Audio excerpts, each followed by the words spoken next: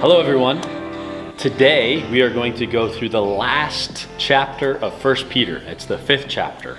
And there's a lot of good stuff here, and we're just going to dive right on in as we talk about how this passage applies to our lives as believers.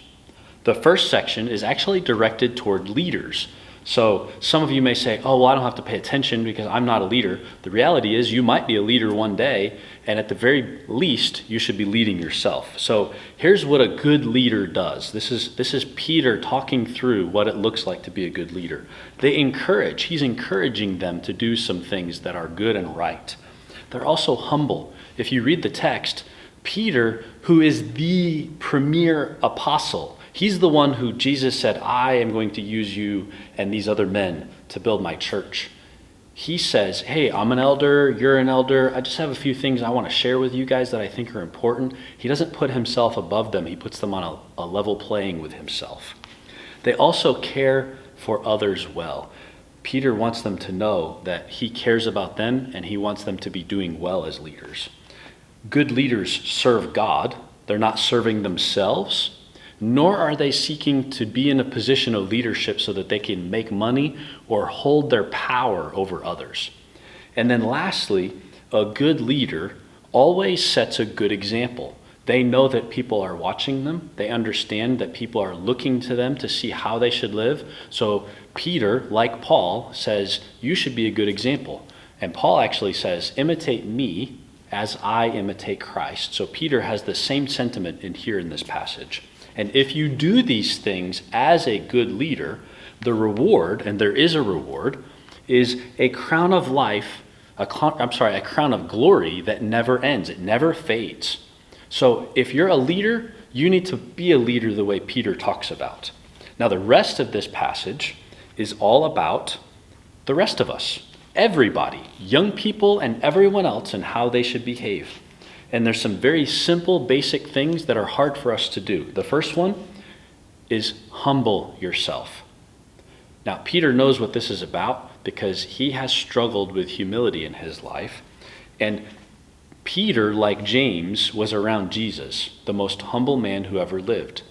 And the instruction we see both from Peter as well as James is this: humble yourself and God will lift you up.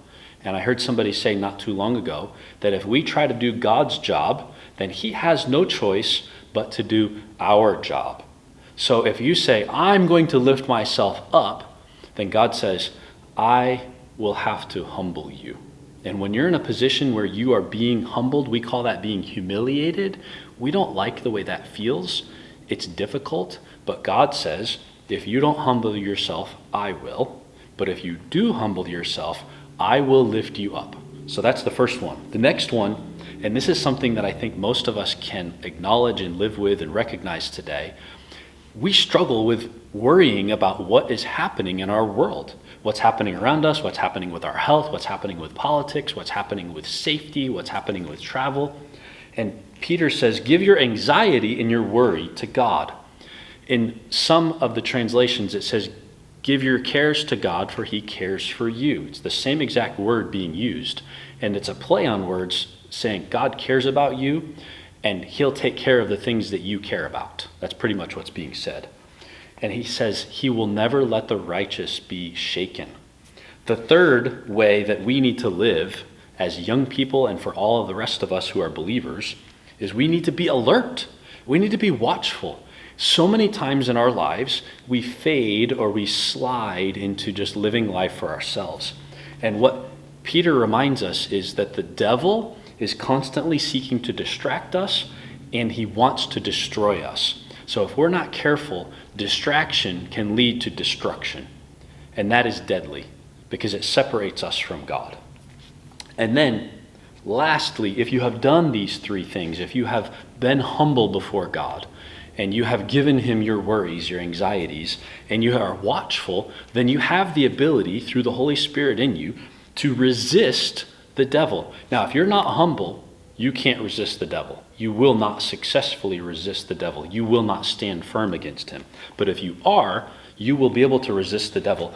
And in James it says he will flee when you do that.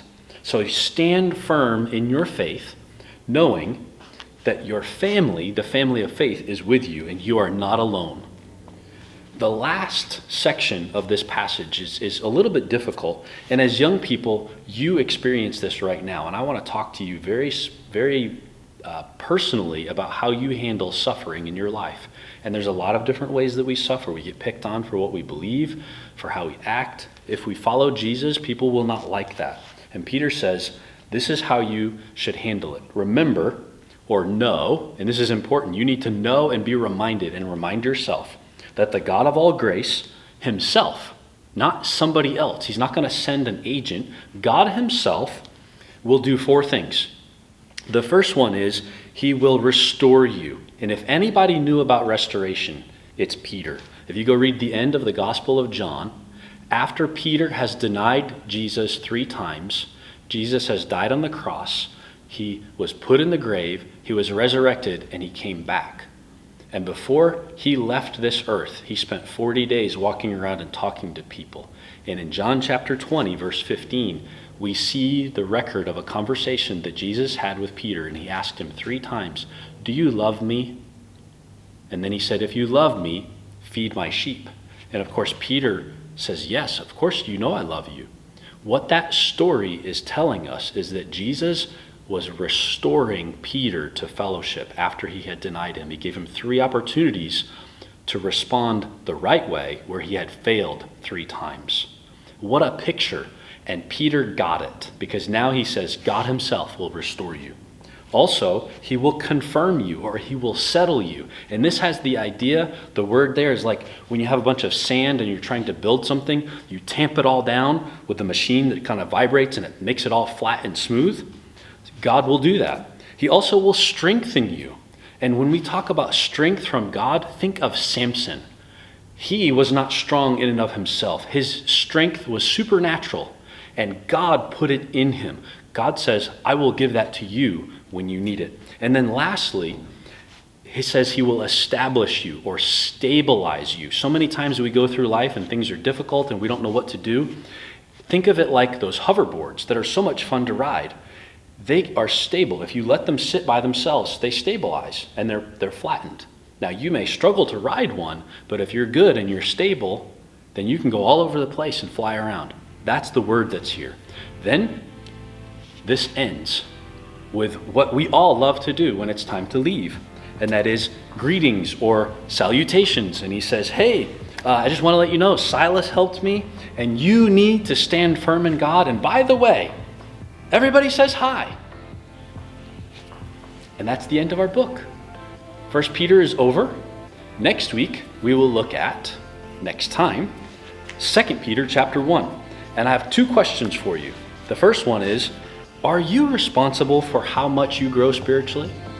In other words, do you have a part to play with regards to your own spiritual growth?